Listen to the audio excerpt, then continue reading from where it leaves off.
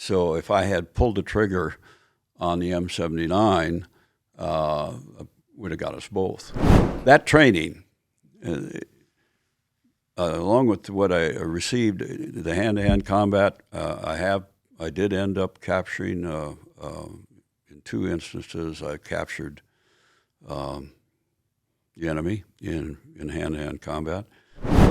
I could control the collective with my left leg and the cyclic with my left hand, with my right hand, and I stuck the .357 Magnum under my arm into his side. The rotor blades hit They did at hit. a 5-foot hover. Man. I just automatically did a vertical butt stroke. I had holstered the .357. I took that 4-piece in this hand and grabbed the butt of it, took 1 step towards him, and as his arms were outreached to tackle me, I came up between his arms and broke his jaw. But they did cause some leakage in the fuel cell, and nothing was lit up, so apparently it didn't get us with a tracer. An enemy Viet Cong jumps up, crawls out of the river, and then starts to run towards me. And as he's running, I was sure that he wasn't that anxious to surrender, that he had something else in mind other than surrender. So I steadied my .357 Magnum, pulled the hammer back, click. I had forgotten in the excitement that I had emptied my Colt Python from the window of the cockpit and had put it back in the holster. Well, we flew right over 2 machine guns. One, we got in a crossfire and they shot us down.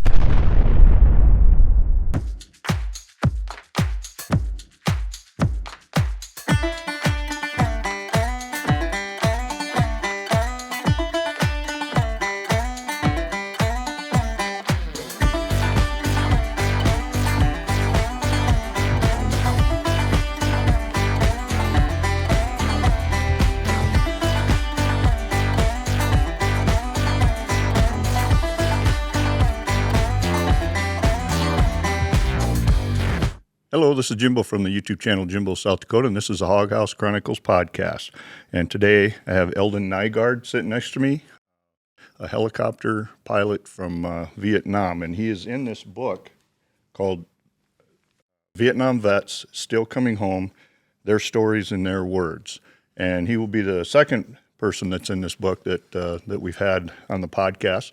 Larry Tenniger was the first one. And I'm just going to read one of the introductory paragraphs in here before we get going. Eldon Nygaard of Hooker, South Dakota, his training as an Army helicopter pilot provided a foundation of discipline coupled with the innate common sense of his rural South Dakota roots that supported him in Vietnam and back home as a successful entrepreneur and state legislator. Part of the training was learning to be keenly aware of everything around him and applying the lessons learned to all facets of his life. And it all started in a one-room country school called School District 57, a quarter of a mile across the pasture from his farm place. So, welcome, Eldon. Sure really appreciate you coming here. We've been trying to schedule it for a little while. You're a busy man, and we're going to go through some of that. But, why don't you just go ahead and let us know just what you want to about the early days, family life, what have you, and then we can start rolling into the stories. Well, Jim, I want to thank you for being so dedicated to what you do, tracking me down. You communicated with me a number of times. I've been so darn busy that, but I'm glad we have this opportunity to sit and chat. You read a synopsis of that chapter or those few pages in this book about my life before, during, and after Vietnam. It's a wonderful book that was written primarily by Dr. Steve Feimer, and I assisted him in finding veterans that he could interview, myself and Bud Day and many of the others. And as soon as I got them started meeting one veteran, then that veteran would be able to refer them to somebody else that had an interesting story. And quite honestly, everybody who served in Vietnam had an interesting story about their life before and during, how it was impacted afterwards by the experience of serving in combat in a situation that was different from World War II, and it's I just recently read a book that gave some interesting statistics on Vietnam and the average number of combat hours, combat days in 1 year of World War II was 43 days. And this data came from the United States Army. I forget the exact quote in the book, but where it came from. But in Vietnam, the average number of days spent in combat were 223 days. So Vietnam is probably one of the more less understood wars because at that time the American public was not behind the war like it was, of course, in World War II. Right. It didn't begin with having lost 3,000 people in an attack from a nation that had no reason to attack us. This was a police mission initially that really became a war. Took a while even for the VFW to recognize us veterans as real veterans, even though the Vietnam veteran had seen a lot of combat in fighting communism. We thought it better to fight it over there than to fight it here in America. You mentioned in that quote from the book that Dr. Steve Feimer wrote about me, referring to Hooker, South Dakota.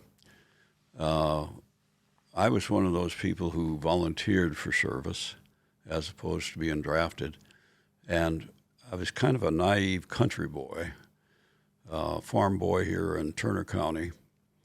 I was I was a sophomore first semester, excuse me, at SCSU, and I had seen on television all these videos of the helicopters, the Huey, flying low level over the jungle, and that was in 1965, and it looked so interesting, and that looked like fun. How naive can you get? I really found out what fun. The definition had to be re-engineered for flying a helicopter. No doubt. But I did love flying the Huey. I did love supporting the effort in Vietnam. I think the love of your fellow combatants, whatever branch of the armed forces they're in, is the overriding value of combat. My experiences there with men who went on to be senior officers created lifetime relationships. Just this morning at 7 o'clock, I was awakened by a phone call from the daughter of Joanne Patton. Not Patton, excuse me. I knew that one too, but Joanne Creighton. Mm-hmm. And she was the widow of Major General Neil Creighton, who I started out with as he was a lieutenant colonel. I was a chief warrant officer too, and I flew him and had many interesting stories about that over the years. And we formed a bond like I did and most people did in Vietnam with their fellow enlisted and officers alike. And so Joanne and Neil Creighton will be buried at West Point in a few weeks, and I'll be attending that funeral. Mm-hmm. Anyhow, it's been a long journey, and I'm still very much involved with the military and go ahead, you ask some questions. Yeah, no problem. We're just kind of just basically an intro here. There's so much information, and hopefully we have time to touch on most of it. So I have some notes from the book, and that's how we met. Was Sally Ketchum out at the Guard? Yeah. You know the Ketchum and the Bach family. Yeah. And that's how we met. She walked you over to the operations building, knowing that I worked on helmets and things, and we have the helicopter helmet here, and he'll be speaking to that later as well. But I cleaned it up for you. Didn't do a whole lot, but just spiffed it up a little bit there, and that's how we met. And that's when you gave me this book and you signed it, and I greatly appreciate that. It is a thick book, and it is so well written, and so many articles in here. I have many more that I need to read yet. But in there, you did mention that you did attend SDSU for a short while. But you mentioned when you're speaking about Vietnam, 1954, the domino theory. Can you explain what the domino theory was? That was a prevalent school of thought in America that by the intelligentsia, and that was involved the idea that communism would be like had a domino effect. They'd first take one country and then take the next country, and it just keep on going. And I think that was probably true because they were at work in Southeast Asia, and the story and the background of Ho Chi Minh. You know, Ho Chi Minh really was an ally of the United States in World War II, and promises were made. It was colonized by the French. Their resource that interested the French was the rubber plantations that they could have there, and the need for rubber. Mm-hmm. And so the French were not interested in letting go of their control over that third world country. Then at Dien Bien Phu, they were thrown out by the Ho Chi Minh and his people. Anyhow, long story there, but that was the idea that if we needed to stop communism over there, you know, it's quite like today. It's better to fight Putin in Russia and Ukraine and support Ukraine in that effort to stop evil. No, there's no other way to describe what's going on in Ukraine right now other than evil. Yes. Yeah, so you'd mentioned that when you were discussing when you went into your military training, and your drill instructor, Sergeant Moses. Oh, can you describe him and how he utilized you as well? Well, Sergeant Moses was a Korean War veteran along with Sergeant Washington, and I was in Louisiana at Fort Polk for basic training. And it's often said that if you had to give the world an enema, you'd stick it in Fort Polk. But it's not the nicest place to be. And but the training we received there was just excellent. I was kind of the brunt of a lot of the training because I had been on the cross-country track team at SDSU just prior to joining the service and going to basic training. And with that background, I kind of stood out because a lot of the other fellows in our unit were from Chicago and other big cities, Detroit. Some of the young trainees it was suggested by the judge in their case that if they joined the Army, they could avoid some kind of prosecution for some bad decisions they had made before. And so we had an interesting group, and none of them were in shape. So it was quite common to come back from a 5-mile road march, and I'd have maybe 4 M14s that I'm carrying because the other guys that couldn't carry their own M14, they're pretty heavy. They're like 12 or 16 pounds. I forget exactly what Right. but they are heavy. And Louisiana was an interesting place. I met other young men who were headed for flight school. There are some humorous things that, but they'd be told at the expense of the individual, so I'll leave Sure. those out. But, And he used you as a demonstrator for hand-to-hand combat oh, training. okay. For that. Yeah, that's what it. You know, you have to pardon me. I was a professor for a long time, and once you get me started in one direction, it's hard to turn down another hog trail. And, That is no problem. Well, this interview was 14 years ago. Yeah, I know. As well, so we don't expect you to have that memory. Well, anyhow, because of that physical background and being in good shape, Sergeant Moses, who would then stand on this big platform surrounded by probably 100, 150 men, all in their T-shirts and shorts doing exercises, he would, and he got a kick out of my name, Nygaard. He was not from the Midwest where these Nygaards and Basque guards and all these other guards are in Minnesota and South Dakota and North Dakota. And so there's a maneuver in hand-to-hand combat called right standing guard. And that was a maneuver where it's a posture you assume with your in hand-to-hand combat, and then you move to left standing guard and whatever. And if you make a wrong movement, then you would have to drop and give Sergeant Moses 20 push-ups. Mm-hmm. Well, he loved to get everybody in trouble, and he'd say, left standing guard, move. And then he would say, Nygaard, move. And then they were totally confused. I was the only one who was allowed to move without having dropping down and giving 20 push-ups.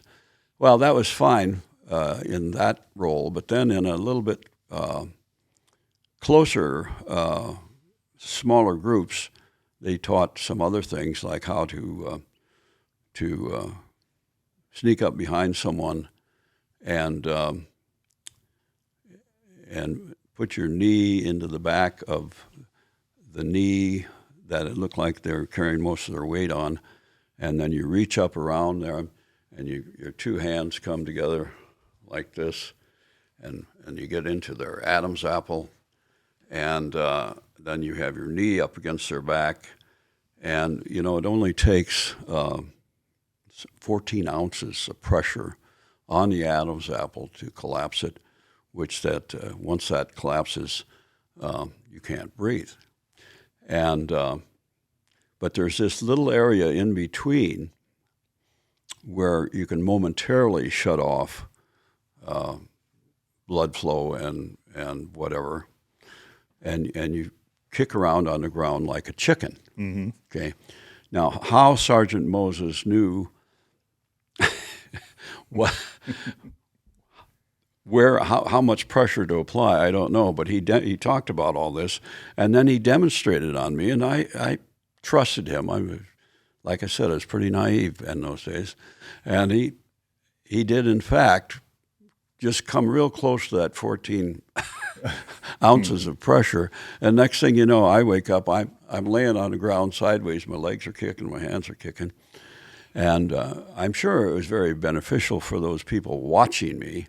I didn't find it very beneficial myself, and I had to ask him afterwards, let's not demonstrate this one again.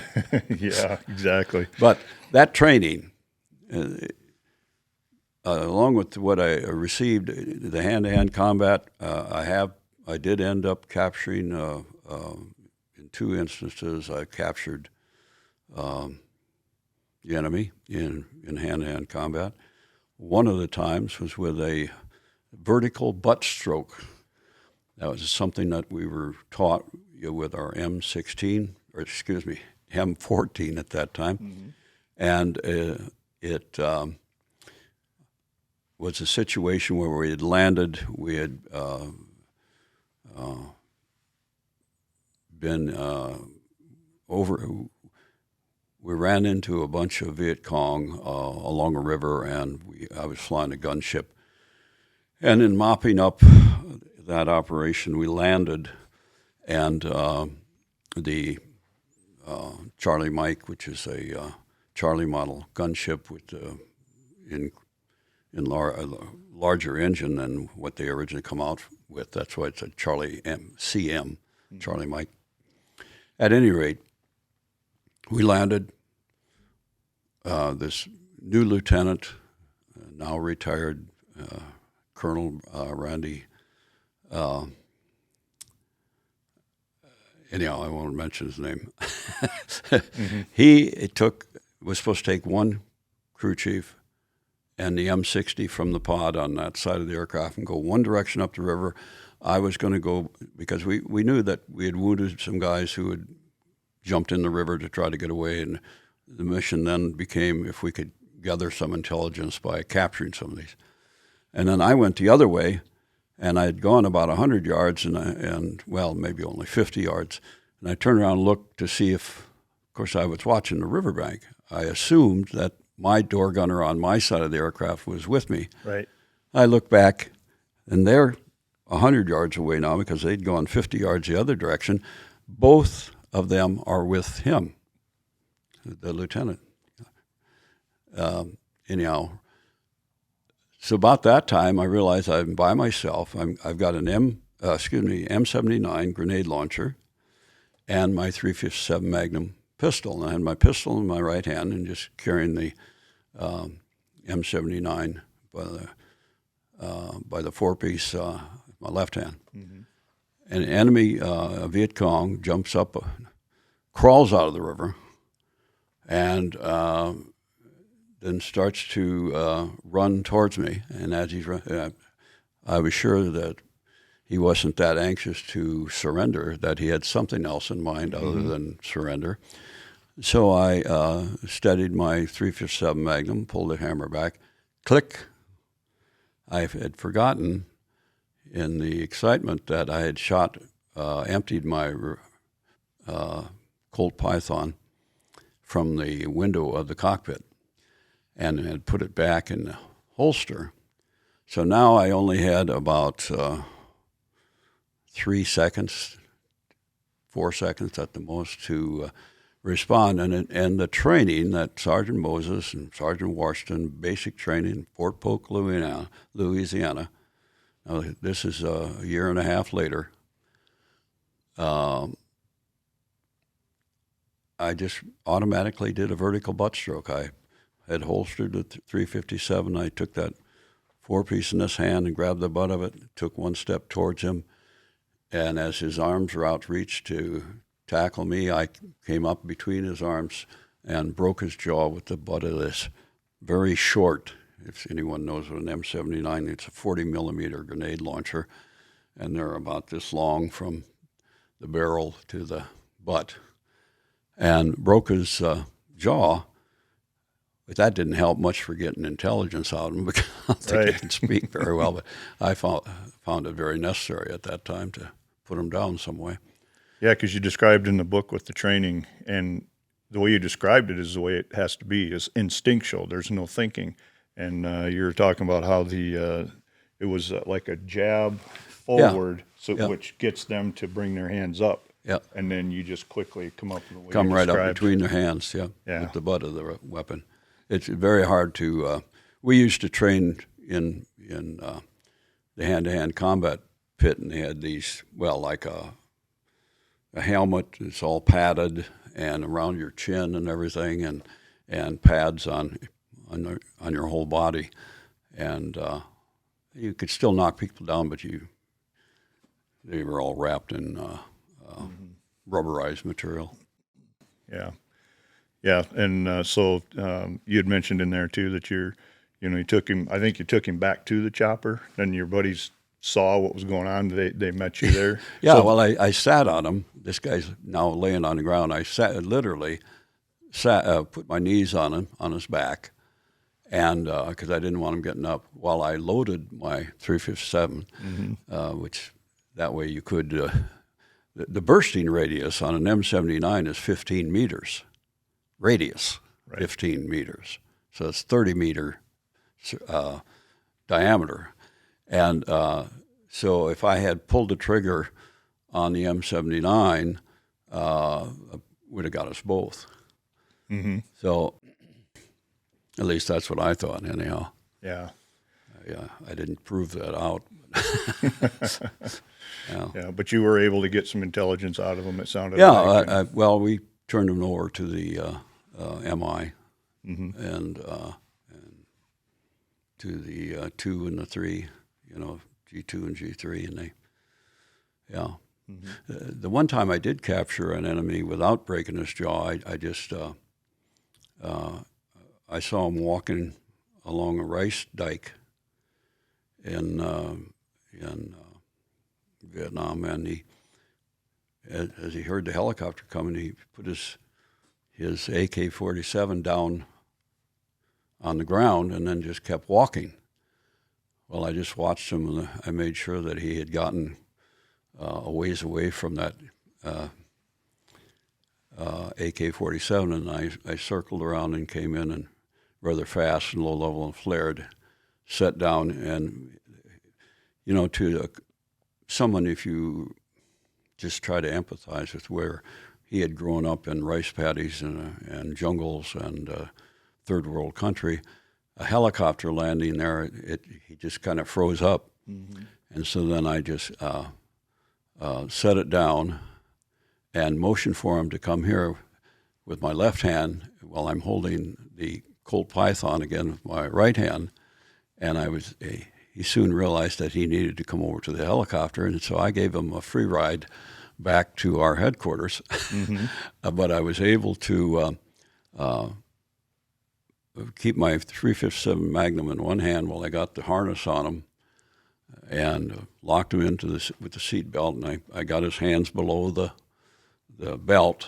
seat belt, and then tightened them up, and then took off. And once I got it flying, I could control the collective with my left leg and the cyclic with my left hand, with my right hand, and I stuck the 357 Magnum under my arm into his side, and he knew he was being captured, of course. So by that description, you were alone in this chopper? Yeah. Okay. And wow. This is how a naive country boy from Turner County, South Dakota behaves. It was crazy. And I took him back there, dropped him off, and told the talk, about how I'd captured him.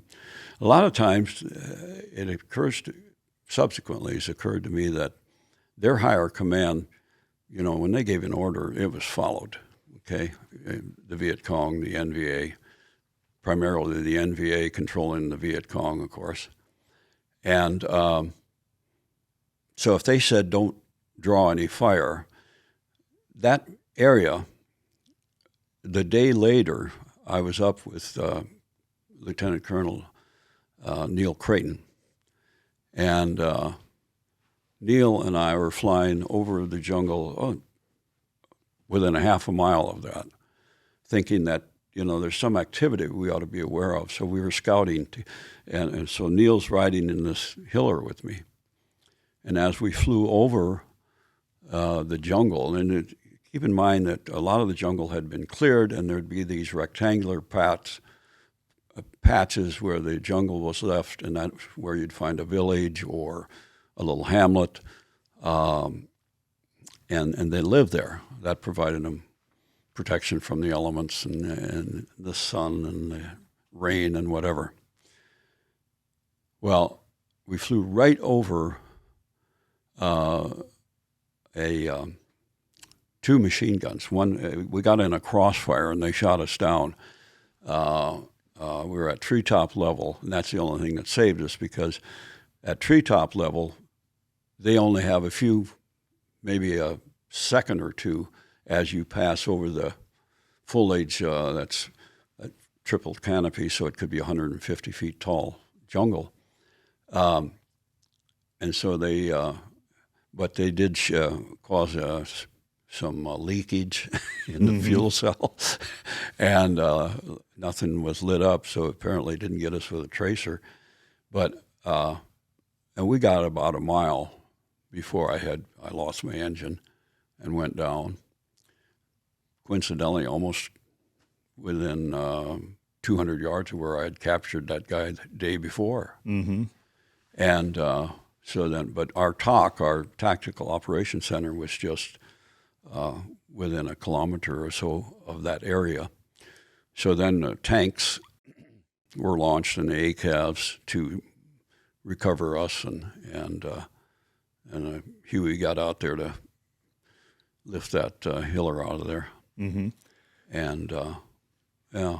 Yeah, you mentioned the shoot down, so we'll get to more of that. We're going to go backwards a little bit here to your. Can you describe your helicopter training and what that was like for you? Just some of your experiences. Yeah, just. And you were guaranteed this when you went into the military? when you start out in Brookings, South Dakota at SDSU, and you tell the recruiter that you wanted to be a helicopter pilot, they say, well, we have a program that we can't guarantee you, but we can, if you have an IQ of 130 or above and you score 15 points higher on the AFQT, that's Armed Forces Qualifying Test, 15 points higher than it took to qualify to go to OCS or Officer Candidate School, you could then get an appointment as a warrant officer.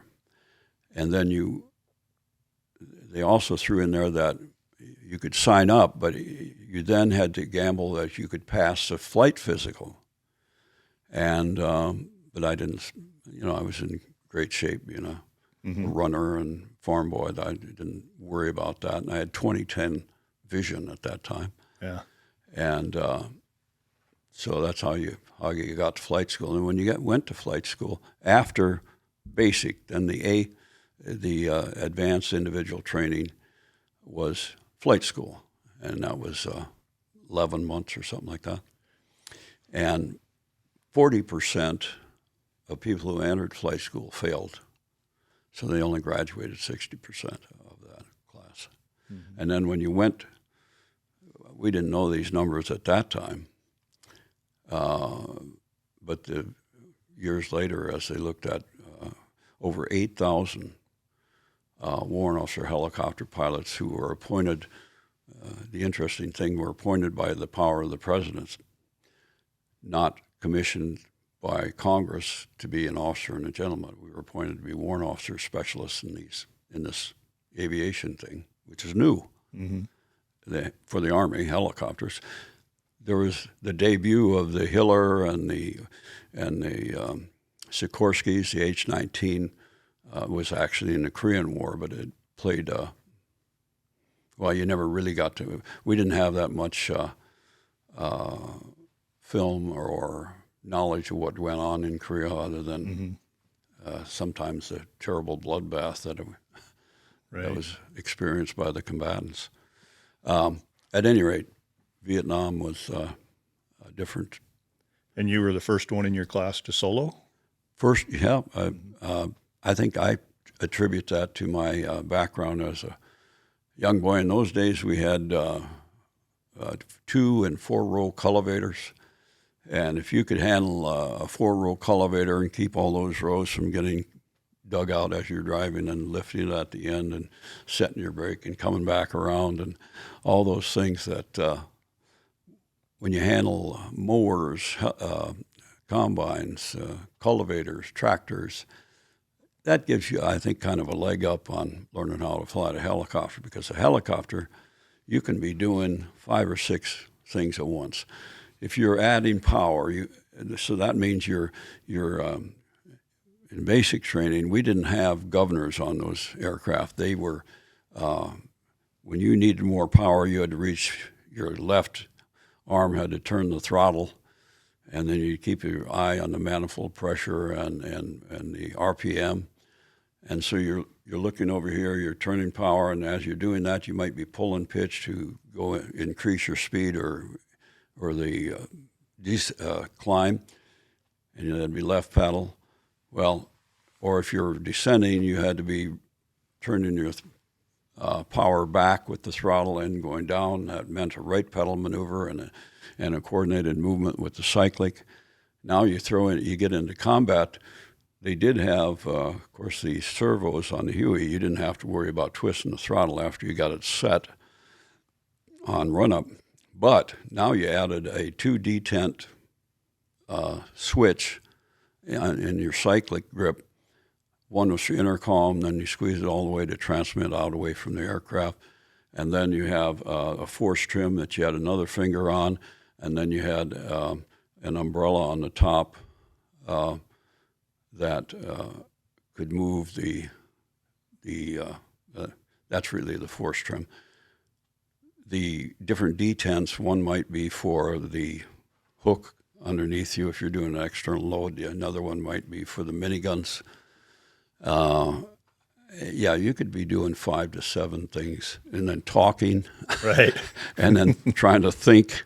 So you had to have and develop, and believe me, at USAPS and at Fort Rucker, you did you flew 200 hours is all that year, but you were trained by some of America's best helicopter pilots, and and then if you went out and were lucky like I was to spend the first 5 or 6 months as a warrant officer pilot training more at Fort Riley, Kansas, and even got a little combat training. We flew in Detroit riots in 1967. Yes, we were just gonna get to that, but you had also became a fixed wing pilot. While I was in flight school at Rucker, after you get past the first few weeks of training there, you start to become bored, and you had the weekends off. It wasn't quite like at Fort Walters, Texas, where they're really treating you like a private. Right. Now you're down there as an E5 in flight school, soon to be a warrant officer, and you had weekends off. So I had found out that since I would have over 200 hours of flight instruction and solo time in a Huey and other aircraft, that would qualify for a commercial helicopter license, and also if I took some additional training in an airplane, which I did at Dothan, Alabama, a little country airport, that would get me a commercial license in both helicopters and airplanes. So I did that, and prior to graduation, on a weekend, I scheduled a written test and a flight test at Atlanta, Georgia, and rented the aircraft in Dothan, flew up there, took the written, and then jumped in the cockpit and did the maneuvers, which the training that we received at Fort Walters and Fort Rucker, Alabama, in those days were equivalent to about $87,000 worth of training, which, if you can imagine what that would cost you today to become, in 11 months, to get your your commercial airplane and helicopter license. And some very sophisticated aircraft at that time. Right. Yeah, and then you mentioned the Detroit riots, and I had never heard about that. You never heard about the Detroit I hadn't riots? heard about it. Yeah, I was born in '63, but I hadn't heard about it. You did mention that in the book here, so go ahead and tell us about that. Well, there are some documentaries up. You can get on your Netflix or whatever and search Detroit riots. But if you think these days and times that we live in now are getting a little crazy, back in my day, if you were in the active Army or the Guards, we were all trained because of the discontent in our country over Vietnam, over discrimination. there were riots going on. So we were trained in how to march with a shield and a baton and crowd control. And then all of a sudden, one day, we get the orders that we've been assigned to be OPCON to the 50 Deuce. That's a unit of the 101st Airborne. So 33 aircraft took off from Fort Riley, Kansas, and flew to Detroit to Selfridge Air Force Base. And at Selfridge,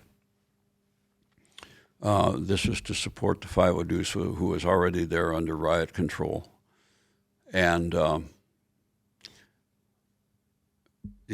couple interesting things. One, flying a 33-ship formation all across the Midwest had to be an unusual sight for Pretty the farmers impressive. and small towns that we flew over. No doubt. Then when we landed at Selfridge, I'm sure it was unusual for those airmen to see these helicopters come in as we did. We were flying new H model Hueys, which have 1,100 horsepower jet turbines, Lycoming. And they're beautiful aircraft. And a young pathfinder, I would call him a pathfinder. That's the guy in the Army who would direct you in for landing, coming this way and going, moving you over, whatever, Sure.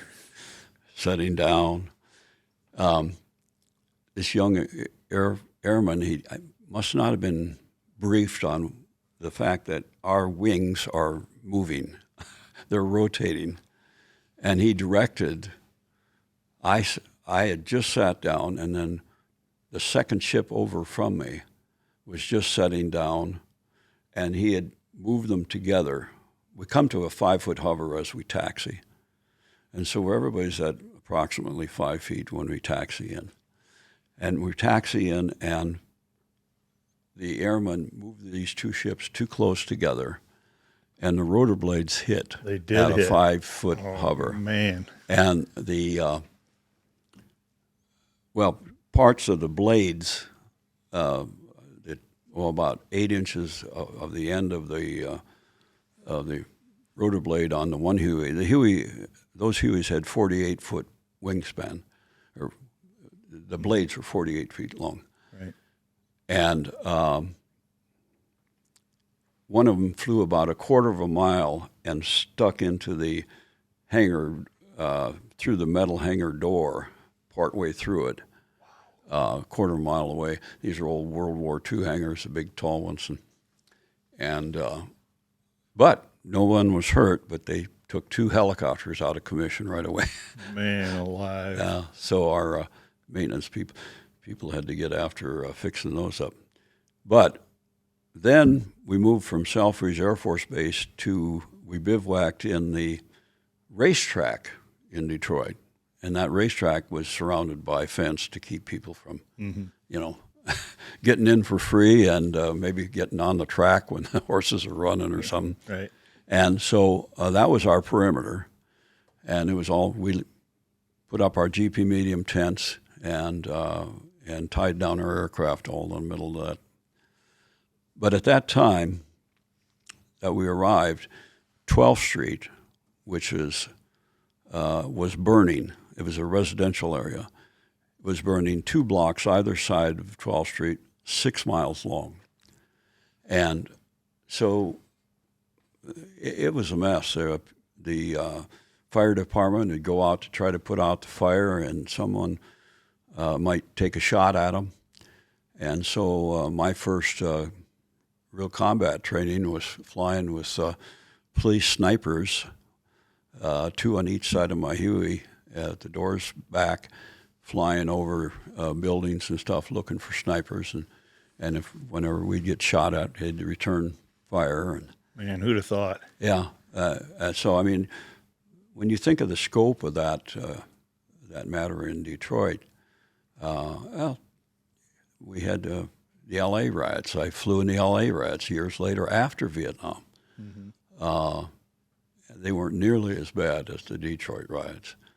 The Detroit riots, a lot of people were killed and shameful time in our history. Was that based on protesting the war, Vietnam, or? You know, I have to tell you from a viewpoint of a 20-year-old Sure. farm boy whose head was all wrapped around aviation and combat skills, and I just believed what people told me. And the one bit of intelligence that I remember stuck with me was the fact that it wasn't so much the inhabitants of Detroit who had started the riot. There were some outside instigators that got things going, because it didn't make sense to me. They were burning their own homes. This is Black Americans. They were burning their own homes. And now maybe that made sense, but it didn't make a sense to me. And so that kind of supported the what I'd heard from G2 about it was instigated by outside agitators. Mm-hmm. And they chose that to be their battlefield for something. Seems to be more common than not. Yeah. When you have riots and stuff going on. And, you know, we had the 1964 Civil Rights Act. So it was 3 years after that, but those things don't get implemented that quickly either. Mm-hmm. Right. You know, it's also Kent State. Kent State occurred when I was in Vietnam, mm-hmm. when guardsmen actually shot students, I think, under command to open fire. Yeah. It's horrible. College students. They were shooting college students. Man. Wow. Well, we'll cut back now a little bit where you're getting ready to head over to Vietnam, and you rode on a C-141. Is that correct? Yeah. And you had an issue, a medical issue yeah. that you took care of on your own.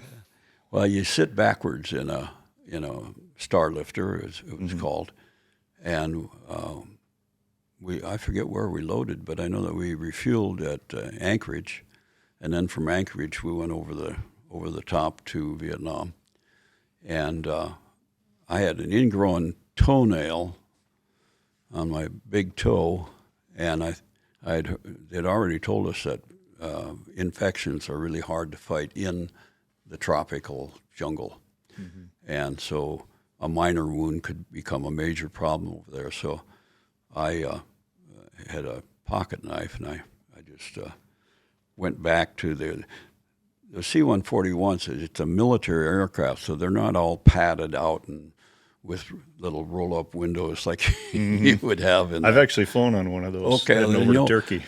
They're cold. The walls are pretty darn cold. They transmit that, right. Conduct that cold air from altitude right through. So I just got my big toe up against kind of where there was a crack. There was a little extra cold. I kind of froze it up, and then I cut that ingrown toenail out, and I kept it cold for a while. And by the time we landed, I was all right. I've had one of those ingrown toenails. I couldn't imagine cutting it out by yourself, but the necessity of, there was a lot of foot problems over there, with the amount of moisture and things. But wow. And when you were over there, you've got something in the helicopter called barrier filters. Oh, yeah. Talk about those. When we went to Vietnam, it was with all these warrant officers and 2 majors, and I think two lieutenants, and a major who then got promoted to lieutenant colonel. He commanded the 57th Assault Helicopter Company. Now, my call sign then became Kingsman 3-1 with this, and I would wear this hat, which is a warrant officer, Screaming Eagle, 101st Airborne. So we brought this whole unit over.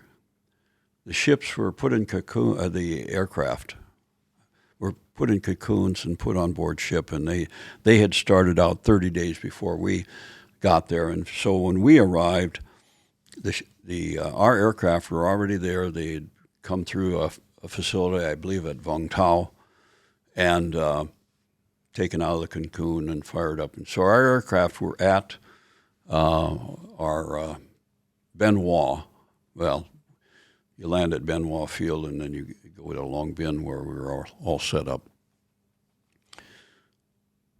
These new aircraft had a better barrier filter to keep foreign objects from getting into the turbines, the jet turbine that powered the aircraft. And we were flying in Third Corps. Many times we'd get down to Mito and in 4 Corps actually. Sometimes it's very sandy, and we didn't realize it, but our crew chiefs didn't understand that part of the daily on that aircraft was to remove the barrier filters and clean them out with compressed air and shaking them and pounding them and blowing the sand out. Well, so we'd been flying about 2 weeks, and all of a sudden they'd go to take off, and the engine would just spool down. We couldn't get enough air for the combustion. And so we were lucky. We learned that, but we didn't learn it the hard way. None of the pilots had crashed. And I think they were giving us easier missions with less combat involved.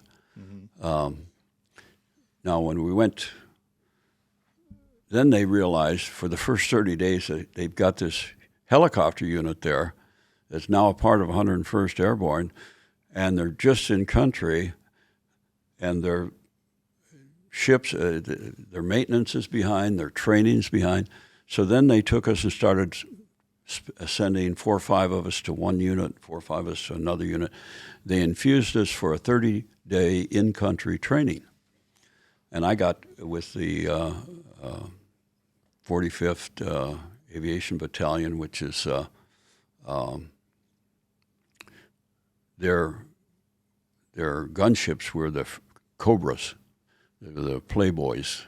That was their call sign. He's motioning to a jacket over here that we're going to get some film of later after on, this that yeah. we're going to insert into here. So, at any rate, and that's when we started flying combat missions and really learning what we'd gotten into. And that was invaluable training. And then we, of course, our crew chiefs then started learning how to do a daily that kept us from losing power. yeah, because it mentioned daily as opposed to every 3 weeks, I think, was the original Oh yeah, but time frame. Yeah, Found out quickly. Yeah, every day that was something you did before you took off. So Like, why wouldn't you? yeah, kind of deal. So, and like I said, I'm referencing things in the article, very interesting. But you had witnessed a plane crash in country, and it was about, it wasn't huge, but I think there's like maybe 8 soldiers in there. I think they were headed home. it was Go ahead and talk it was about an that. otter. That's we named our helicopters after tribes, Iroquois, different other Indian names were given to different helicopters. And in the fixed wing, we had a beaver, we had an otter. The otter was carried about 8 packs, and the beaver was a little bit less. And we were co-located on this hillside just in Long Bin, just over the border from Benoit Airfield and Benoit City. And an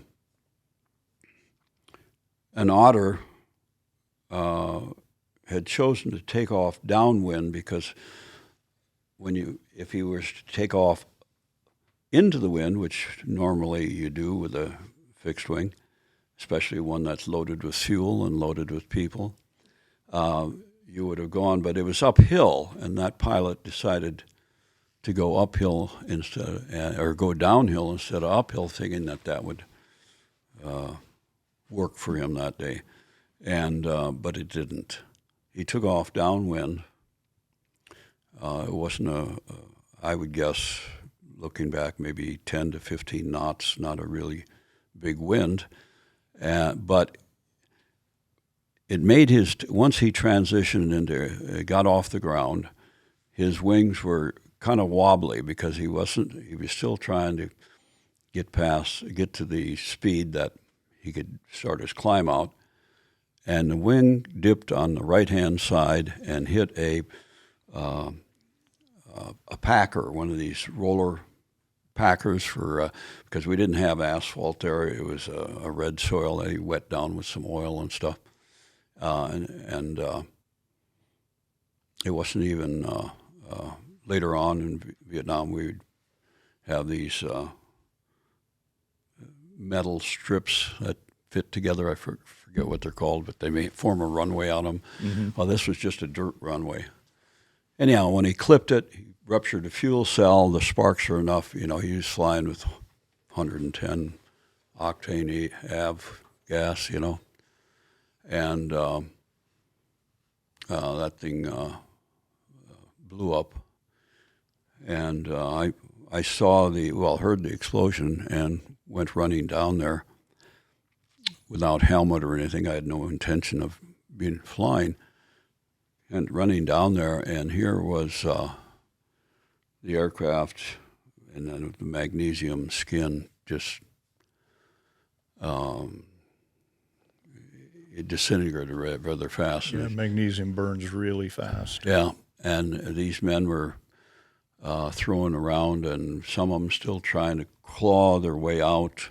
The one fellow that I helped out, his combat boots, the only thing left of his jungle boots was the sole had melted to his sole. The rest of it had burnt away, and all his clothing was burnt off.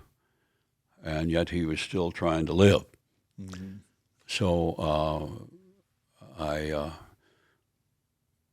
there were a bunch of other people, soldiers who had come in. I said, let's get him on a stretcher. I'll get an aircraft.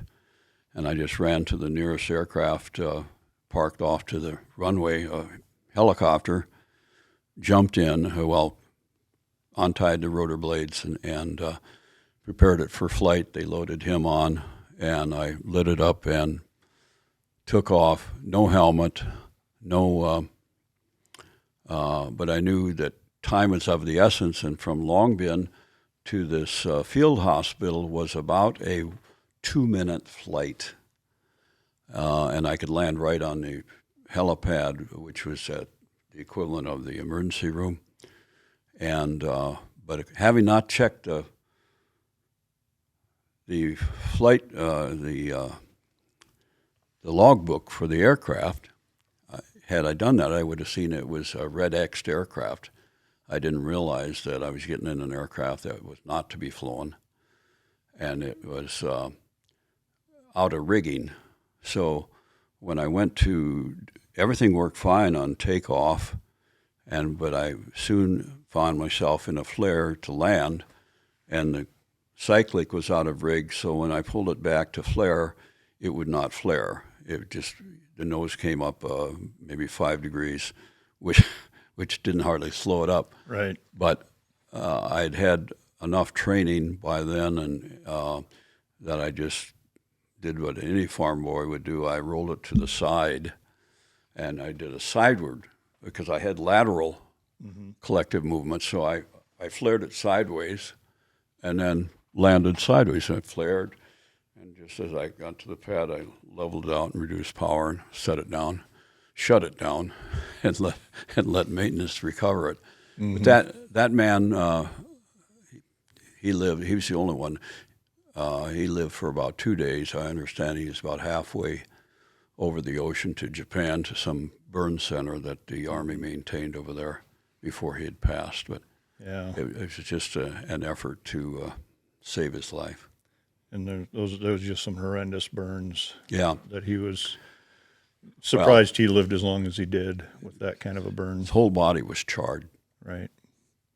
But he was still alive, so. Yeah. And you did a lot of things that are notable, but I also noticed that you didn't want any articles going home.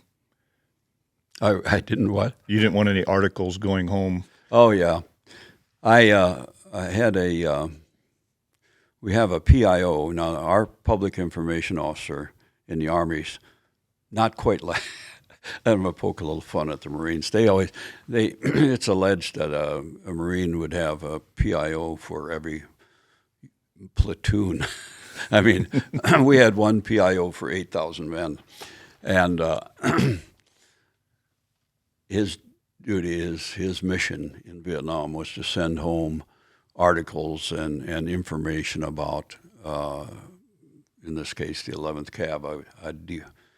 I had been infused into the 11th Cav. Well, I had learned that that's what they do. Again, it's something novel for me, just learning these things. And I thought, no, I guess what occasioned it, someone showed me the worldwide publication, Army Times. Mm-hmm. And there was an article in there about Warrant Officer Eldon Nygaard. They had made the N into a W, and it was Nygaard. Well, I was safe there, but they told all these crazy things that I'd done, and some of the decorations, but then that's when I went to this PIO and I said, I do not send anything home. I don't. My parents are worried sick the way it is. I don't want any of this going home, because I tell them I'm flying for the colonel, and colonels, they aren't going to get in trouble. Well, hell, that's the worst person to fly for. They're always out there hitting their nose and things. At any rate, so I told them that, and of course I forgot that aspect of DROS. That means the date that you rotate back to the States. Data rotation stateside. And that PIO goes home, and he must not have written down, because I got this scathing letter, not scathing, but just, you could tell my mother was somewhat upset with me, because she had read the Argus Leader, and the Argus Leader on front page had a column from top to bottom about all these. It had added up all these things that they had to say about what I'd done over the whole year. I mean, I was just about ready to come home. She got it all in one dose. And it got it in one gulp, and it was in the Argus Leader. So, you've been lying to me, son.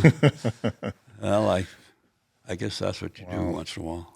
Well, at least it was that close to you actually being home. Yeah. If she had to learn about it, yeah, before you could tell her at home. Now, here's a question. If that didn't happen, would you have told your folks more once you got home, or would you have just have left that alone? Once we got home, we didn't talk much about it. In fact, one of my Distinguished Flying Crosses was in there, but another one didn't come until 2 years later. Mm-hmm. I didn't get my Purple Heart until about 5-6 years after Vietnam. Mm-hmm. We're in combat, and paperwork was they were really behind their paperwork, and sometimes so many things never did get recorded that should have been. Yeah, I had an uncle down in Arizona got his Purple Heart 50 years later. Yeah. And I wasn't able to go down there. I wish I had, but I was able to watch it on the computer. But yeah, there's a little slowness. I'll tell you, in that vein, we had a family friend who was in World War II. His father and my grandfather had immigrated from Norway together. And so our families had been, one settled up by Parker and the other settled by Viborg. And so we were in close friendship. Well, my dad, who didn't go to service because he had 3 young boys and a farm to work, they didn't draft him because if he committed to continue farming and doing that was an important thing for the country. Mm-hmm. Well, Joe, on the other hand, either got drafted or joined. He was my dad's age, and he had been horribly. He had been wounded badly. He was a radio operator, and in Italy on the invasion, and in his latter years, I took care of him I was his guardian and took care of him, his finances and his care for his last 16 years in nursing home and assisted living. Well, I got to looking at his record, and his medals were all torn and this and that. So I sent into the VA, through the VA, to get his medals reissued. Well, then when they reissued his medals, they said, oh, and incidentally, Mr. Elvested has won the Bronze Star, and he had never been notified. He had a CIB, Combat Infantry Badge, because of what he did and endured, and there was a point in history where Congress said everybody with a CIB from certain units were also to be awarded the Bronze Star. So here he was, he's like 92 years old in Viborg nursing home, and this medal comes, and I found an active duty colonel. At that time, I was a senator in our legislature, so we presented him when he was 92 with the Bronze Star that he didn't know that he had. Man. That got on UPI, 600-700 newspapers nationwide carried that story. Old soldier gets his due. Wow. Yeah, that was kind of neat. Yeah. Yeah. Very cool. And he had a good reaction to that, or Oh yeah, he was that was very well aware of what was happening. Oh yeah. No, he was bright right up to when he's passed, and I was holding his hand. Nice. Yeah. Very cool. Thanks for doing that for him. Yeah. That was very cool. And somebody else you met, this name will sound familiar. You can describe it. George S. Patton IV. Actually, he's the third. He's the third? George Patton, his daddy was Blood and Guts. That was number two. And a Civil War George Patton general was the first. Okay. Yeah. So George Patton, the third. The third? And we met on he took over the 11th Cav regiment. We were the only entire regiment in Vietnam of American forces. There were so we had the 1st, 2nd, 3rd Squadron of the 11th ACR. We had headquarters troop. We had air cavalry troop. 8,000 men, one unit. And later that becomes significant because we came face to face, our regiment, with a full regiment of North Vietnamese. And our unit was awarded the Presidential Unit Citation for that. But going back to George, I didn't have a chance to meet him. I'm working out there for one of his squadrons as a squadron pilot until one day we'd had a large encounter. It was a night ambush, and I'm not sure if I remember correctly if we ambushed them or they ambushed us, but anyhow, the enemy suffered significant losses, and we come out well ahead on that one. It was a high-scoring game for us, and they didn't have many points.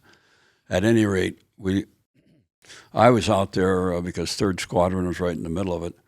I was out there with Colonel Neil Creighton when George Patton arrived with his Huey. I was flying Little Hiller at that time with the squadron commander, and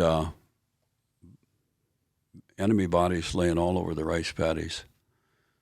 And George gets out, and he's wearing his dad's 357 Magnum pearl-handled Colt Pythons.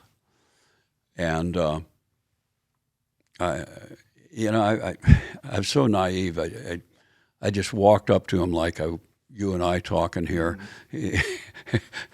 This is a pretty famous family, and my senior officer. But I said, I've got one of those too. And I pulled out my 357 Magnum Colt Python and handed it to him. He looked at it and looked at the serial number. And my serial number was not that far from his. Mm-hmm. And keep in mind that his were, I think those were his dad's, Blood and Guts.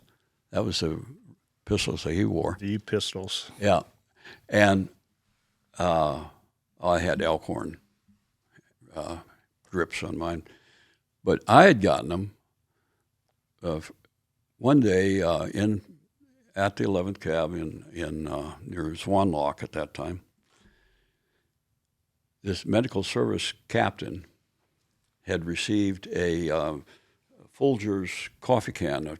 They made some tall ones for the real coffee drinkers, the Lutherans, that they.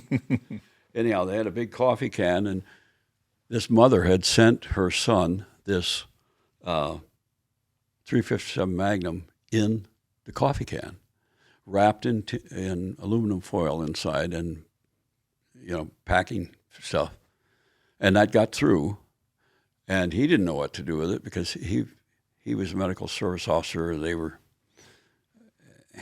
he didn't. I'm not sure he knew how to fire his M16.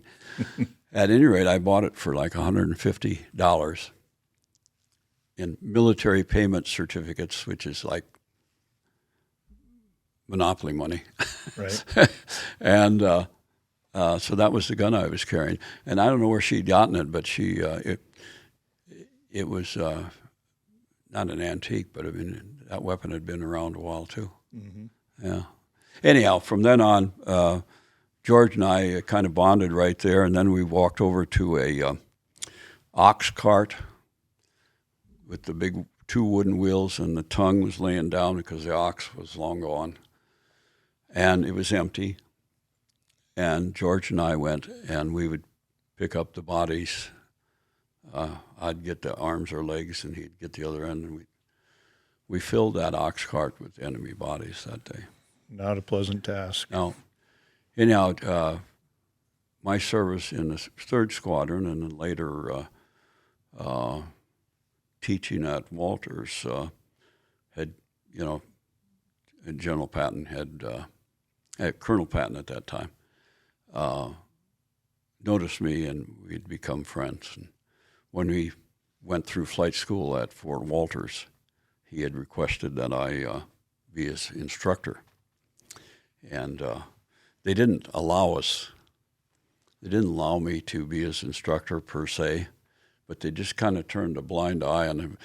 George drove a tank most of his career, and he was great at driving that tank and commanding the tanks. But flying a helicopter takes a lot of finesse, and he was more of an aggressive sort of guy. And I can remember when I got a call from his wife, Joan Patton, and said, Al, can you come over? George is having a hard time soloing, and could you come over and give him some pointers? I said, well, I'm about to do my laundry, and she says, bring your laundry, I'll do your laundry. So here is George Patton's wife, who's from a famous high-class family in Massachusetts, and she's doing my laundry. This is 1968. She's in the laundry room. I've got George Patton sitting on a straight-back chair up against the wall with a toilet plunger stuck to the wall for the collective for his left arm, and a toilet plunger stuck to the floor for the cyclic, and I'm talking him through what he has to have in his mind about, flying those choppers. Sometimes you don't even think about moving. You just think of tensing your hand. That's enough movement, just tightening your grip. Mm-hmm. And Joan yells from the other room. She's got a little TV in the washroom there, and she said, look at that. George, I could have married the first man on the moon. And what did I do? I married a old guy that all he'll ever be is a general. and Joan was ribbing them, of course. They had a great relationship and love for each other. But he got to whipping those sticks around the toilet plungers. He turned a little red in the face. But she had, in college, she had dated Armstrong. Okay. And Neil. And they anyhow, when George Patton died, Joanne called me and asked me to be at the funeral at Fort Myers, and so I went there and dressed blues. I'd over the years, of course, back to Walters again. He did finally solo, but I got another urgent call from Joe and says, George is night flying, doing his solo night flying. You need to be in that cockpit with him, or he's going to kill himself out there. I said, I'll be there. So George and I are. he's making his approach, and I look down. He's got it at 20 knots. I says, "Well, get some airspeed. You're only at 20 knots." His movement was just like in the tank, I think, and he shoved that cyclic over. Next thing you know, we're in a dive. I finally had to take over and land the thing for him. Oh man! And but the whole concept of having lieutenant colonels and colonels who were destined in the future to be light fighting infantry brigade commanders was for them to learn the capability of the helicopter aviation. And so that's why these, at the same time, George Patton was in flight school at Walters. So was John W. McHenry, who I had served in, he was also 11th Cav commander for part of the time I was there, and I flew him around. And John, of course, was very talented. Actually, I can say it now. I taught him how to fly the Hiller in Vietnam. So when he went to flight school, he could already fly before he got there.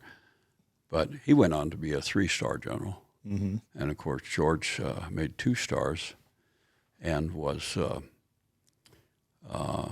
broke his back as a major general, fell off a tank at Fort Hood, and then spent the rest of his life as a paraplegic. But he had those basket braces on his arms and his legs, and he would actually walk even though he was paraplegic.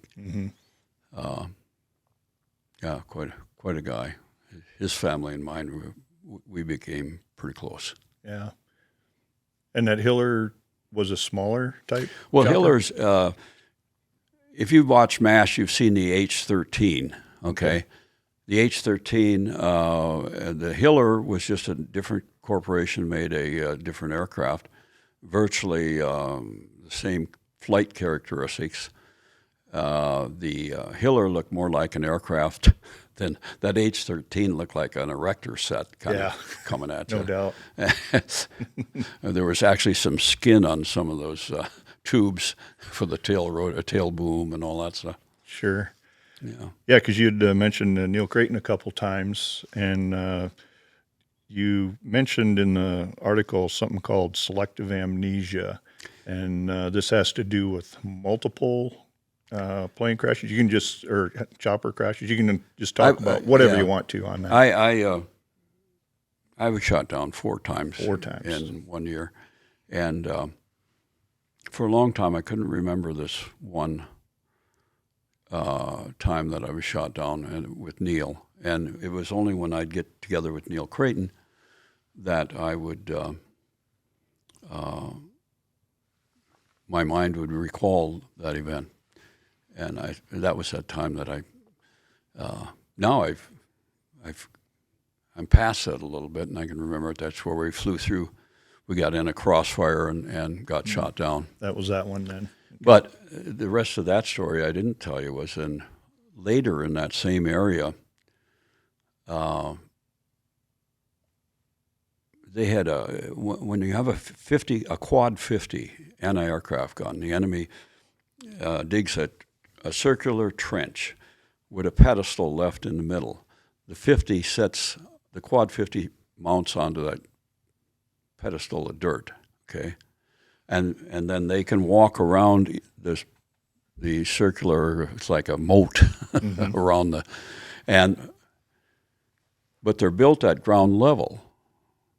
And so, it's for an aircraft. So it's limited in how close to the ground. That was just another reason why we many times flew low level. Mm-hmm. But Neil and I were flying in that same area again, maybe a click to the south of there.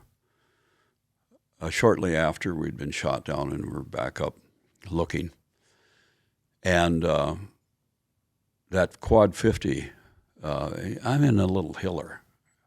I mean, you get to feel a little safer in a Huey, but quite honestly, a 50 caliber would go right through everything in a Huey too. But the tracer bullets, I swear, look like basketballs. The tracer bullets from this quad 50 went between the tip of the blade and the cockpit, which in a hiller, those blades aren't 28 feet long, like 28 feet like a Huey. But the hiller's probably half that distance. So that meant that those 50 caliber tracers that were coming by were within, they were like 2-3 feet beyond the cockpit. Mm-hmm. So I just tipped that aircraft almost upside down. I turned it 9 degrees and just dropped to get down. And then I flew. We didn't know it was called nap of the earth in those days, but I actually got down below the terrain and flew back because I knew that 50 couldn't. So they didn't shoot us down on that, but because we'd been dead if those 50s had hit us. Right. But, yeah. Neil and I had a number of times when, he admitted one day when he was speaking at University of South Dakota, he spoke to a class that I taught with Dr. Feimer, not Feimer, but Dr. Fox and Dr. Bruyere. Dr. Bruyere had been a Marine in Vietnam. Dr. Fox had been a B-52 pilot in Vietnam, and I, of course, had been an Army helicopter. So we had a course called Vietnam and American Culture, and I invited retired Major General Neil Creighton to come and speak. He, at that time, was president of the Winston Churchill University in Kansas City. Mm-hmm. And he started his presentation that night by saying that, Professor Nygaard had saved my life on about 3 different occasions. However, he nearly killed me about 5 times, so I haven't put much emphasis on how he saved my life. So to hear him, I owed him too. Mm-hmm. Oh well. And you were mentioning usually your last month in country, they try not to have you flying combat missions, but one of them that you described already, the river landing, that was like you only had 23 days left or so in country? Exactly. Yeah, I had, actually when I come back from that, I was a little bit shaky because normally when you cheat death for a year, you get the door prize, and that is you get to go home. Mm-hmm. And I was naive, but I was not that naive that I wanted to re-up for another tour as a helicopter pilot. Mm-hmm. Now, there were some of the guys who did that, and I really admire them, but I figured I didn't know anything more. Oh, yeah, you had done plenty. You had done plenty. And you had a little R&R in Australia. Yeah. Was that what did I say about that in the book? You had seen some things that had changed. Okay. Yeah, I got. Now there's one that stands out. I was wondering, if I in a mistake had said too much about Australia. No. Well, some things that stood out in my mind as I talk about Australia was the airport was for Sydney Australia. It was quite a ways from the town. Probably not so anymore. I imagine the town's bigger. But so we're on a bus. That was there was a person on the bus, a woman with a clipboard, and she was with the Australian American Association. And she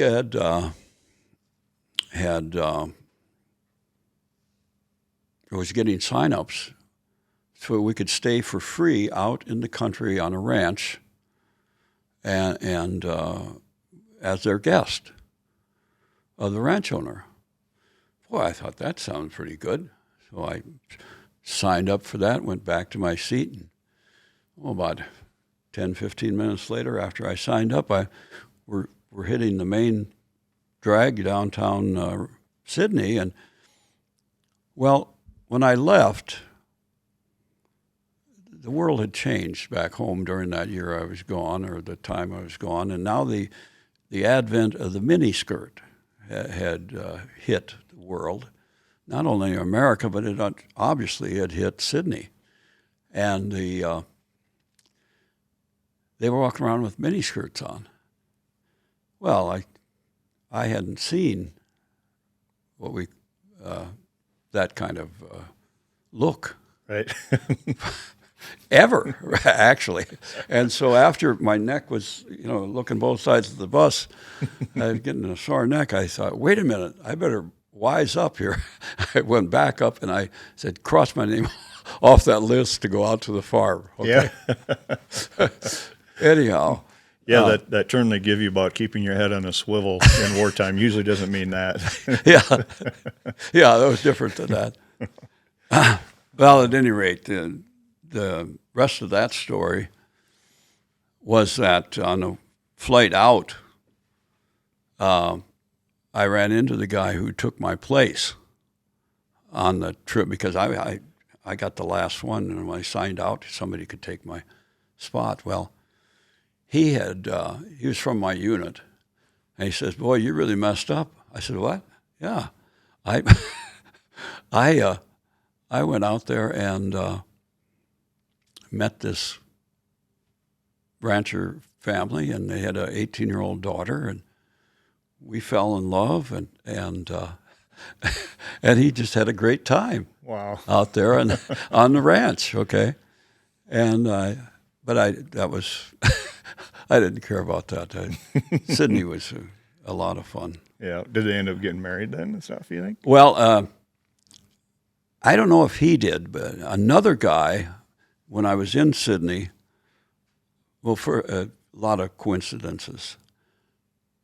In the briefing before going to Sydney, we're in Saigon, and one of the guys I saw in the bleachers across from me, I said, "Gosh, he looks familiar." So I went over and said,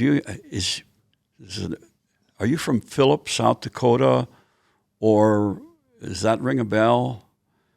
And he looked at me. He says, "No, Nygaard. My name is Philip, and we went to college together at Brookings." And so okay. we went to on R&R together, and we even rented a hotel room together. Actually, across the hall from each other, downtown Sydney. And the next morning, so here I'm walking with this guy I went to college with, walking down the street, and somebody shouts my name in a street corner. I turned around and looked, and it was a guy named Nielsen from Viborg. They're all Danes down there, Mm-hmm. So, Nielsen, and I forget his first name. I might have been Jim. At any rate, he was a Fulbright scholar studying in Australia at that time. We'd gone to Bible school together in Viborg as kids. Well, the next day, the very same street corner, somebody yells my name again. I'm thinking, what do I have to do to get away from people to know? Anyhow, that was a guy named Moyer, who now lives in Yankton. Moyer, he come up. We'd been in a unit. We were in that unit in Fort Riley that formed up the 57th Assault Helicopter Company, at any rate. We said hello, and we were talking about things. He says, "What are you doing tomorrow?" I said, "Well, I don't have any plans." He says, "Well, do you want to be my best man?" Okay, so he asked me to be his best man, and he had a little ceremony in a Justice of the Peace office. I stood up for him. And to circle way back around, just about 4 or 5 years ago, I get invited by one of my classmates and another Screaming Eagle to have dinner with him out at Deadwood. And he says, Moyer's with me. And so I went out there, and I made the mistake of saying, well, I shouldn't be saying all these names, should I? Well, anyhow, they had divorced at some point, and he had a different wife, and I made the mistake of asking in front of his current wife about. Sure. No big deal. I'm sure she knew about him, but haven't been married. But yeah, that happens. Yeah. Not a huge deal. And when you did get back home, it says you only weighed 127 pounds. Yeah. Were you that light when you went in, or no, did you no. end up losing a bunch of that? On the track, or on the cross-country squad at SDSU, my running weight was 138, okay? And that's, keep in mind, we're averaging 10 miles a week of various regimens of running. One day you might be doing 5 800-yard races, and the next day you might be doing a bunch of 4 40-yard races. And then some other times you might be doing a mile or the 3 mile, which we did in our race. But at any rate, that was the lowest I could get when I was getting proper nutrition and an extreme exercise.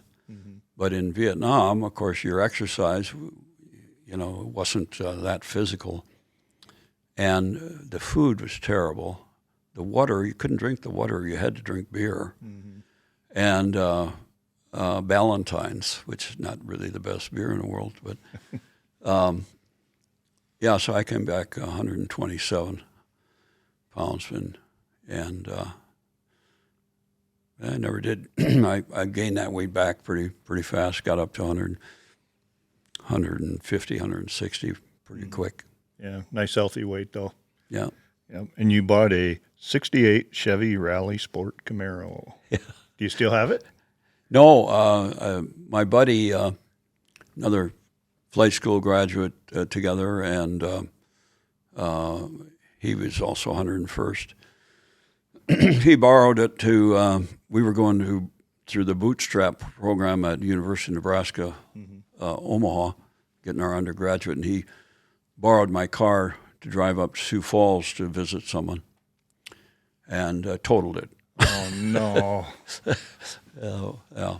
But he was all right, so that it's hard to say because I've talked to tons of guys that say, I wish I still had my this or that. Yeah. Was your intention to just keep that thing, do you know? Or no. No idea? Those are crazy days, and coming back from what we did in terms of that book, I was very careful in writing this book to keep it down to a dull roar. Sure. In the last few years, I've realized as I've contemplated things, let's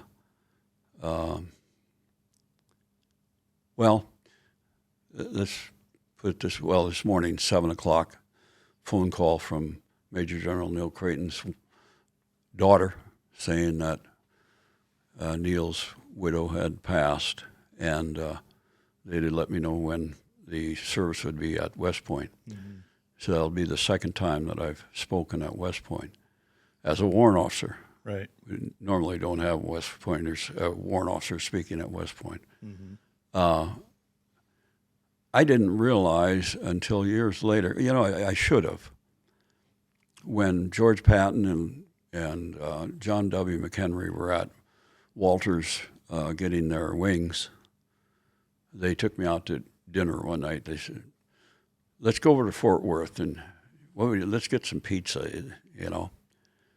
And keeping in mind, I was so naive at that point. Pizza sounded really good. I don't think I'd had pizza before either. Or tacos. Mm-hmm. Can you imagine? At any rate, they took me out to dinner because they wanted to see if I would accept a direct commission as a first lieutenant in armor. And I thought about it you know, they took me out and talked to me because they would recommend it. And on the way back, I decided, I said, well, I think I want to get out and go to law school. And I don't know why where that had come from, but because there's no lawyers in our family. But and so I turned that down. But then years later, when I was getting out of law school, those same two men, then a major general and a lieutenant general, had gotten a hold of General Lawrence Williams, and they wanted me to take a commission as a captain in the JAG Corps and be on John McHenry's staff. He was a post commander down southwest, and I can't think of the south, you know, knowing the South. Mm-hmm. At any rate, I had also, I was all excited about doing that when I called up, all the paperwork was done, and their references had been sent in. And at that time, the Army had dropped back. They used to always give a direct as a captain in the JAG with a law degree, but they've reverted to giving a first lieutenant. So this was abnormal for them to now offer me an RA captain slot. So I called up out there, and I trying to get a hold of John, or Lieutenant General McHenry, and a major on his staff answers. And I said, is the general there? And he said, no, he's not there. Well, I said, well, I just wanted to find out what equipment I would be flying. And he says, equipment? You're a JAG, you're going to be a JAG officer on his staff. And I said, it really stunned me. I could go and be a professor at ASU and get my CW3 promotion by flying for the Guard there, or I could go and be a JAG officer, but no flying. That's what I thought, based on what the major said. Well, the major didn't know my relationship with John. Mm-hmm. And so the guy and so I elected not to, and I went and taught and flew in Arizona. The guy who took my place was that lieutenant that I told you about earlier, went one way with two crew chiefs. Mm-hmm. Well, that was he was then a captain, and he made major and went to John McHenry's staff. And as soon as they got there, the general and him, they started flying everything and anything they had. So I shouldn't have listened to the major. Yeah. But life has a way of making decisions for you once in a while, I think. Mm-hmm. That guy's Lieutenant Gray, Randy Gray. He went on to be retire as a full colonel. And he had an interesting travel through the military, too. He went on to train astronauts on their landing approach with a special ST standard type certificate. They modified a King Air to come in at this high rate of speed and this big flare at the bottom. And he had trained over 80% of the astronauts who were piloting the landing back in the U.S. Mm-hmm. and real interesting career. We see each other a couple times a year. Good friends. That's cool. Yeah. So you spent the last of your military time as a flight instructor, though, after your time in Well, Vietnam? first I taught at Walters, and then from Walters, then I finished flight school or finished college at Omaha. Well, I flew for the National Guard in Lincoln, Nebraska, and I was their standardization officer and so I would do annual check rides of the different aircraft. And there we had H-34s, H-19s. I think we had a couple light observation. I can't remember what they had. Oh, Hillers. They had Hillers. Same thing. I had been a test pilot in. Mm-hmm. Yeah. And it mentioned in here that for a couple months you had some trouble sleeping. Not really not sleeping, but the opposite. What was going on there for you? Well, they never did find out. This is shortly after getting back from Nam and having your 30-day leave, and I was very much awake during that 30-day leave. But then I got down to Fort Walters, Texas, and once we completed MOI, that's Methods of Instruction, and became a instructor, in the first few months down there, I would sleep 21, 22 hours a day. I used to set 2 and 3 alarms by my bed so I could try to wake up in time to get to the flight line. So they ended up going to the hospital and studying me for over a week, blood tests and things. I guess I was just tired. That's what it said. Multiple flight docs looking at you, and the one just finally said it, and it sounded like the conclusion. I think he's just tired. Yeah. Kind of makes sense, really. Yeah. The amount of stress and the mental anguish and the things you've described here is just very little compared to what you've got in your head. Really do. And, why? How couldn't you have some issues with that? But your brain maybe is regenerating, for the things that we're going to talk about here coming up, your after service. But you'd mentioned some people that you know already, and then you also brought a couple pictures that we're going to put up. And so why don't you talk about your relationship with like Bud Day? You've got a picture with John McCain and a guy that was with the Black Hawk Down unit, and then also Joe Foss himself. Yeah.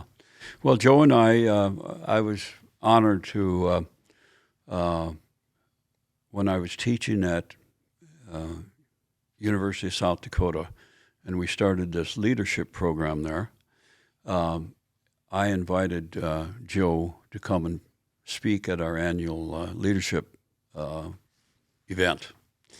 And first I'd invited Colin Powell, and Colin Powell spoke at the first one. The second one I had the 38th President of the United States, Gerald Ford, come and speak. And this one, I had Bud Day and Joe Foss. And we developed a rapport at that event at the University of South Dakota that then evolved into Joe calling up one time and invite me to go pheasant hunting with him in outside of Pierre, and in fact my wife and I had lunch with Joe and Dee Dee Foss just 9 days before his aneurysm that put him into a coma, and passed away a couple of months later. And he was totally healthy at that event. But Joe and I had a lot in common. We both come from the farms, and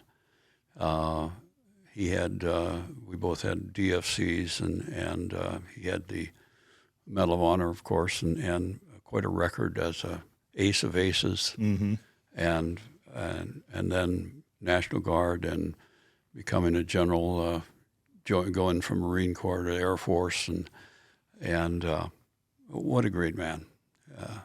The other tie, he had a close tie to the University of South Dakota too, because it was where he was getting his undergraduate degree that he had run into Doc Farber, famous professor down there and department head of the political science department.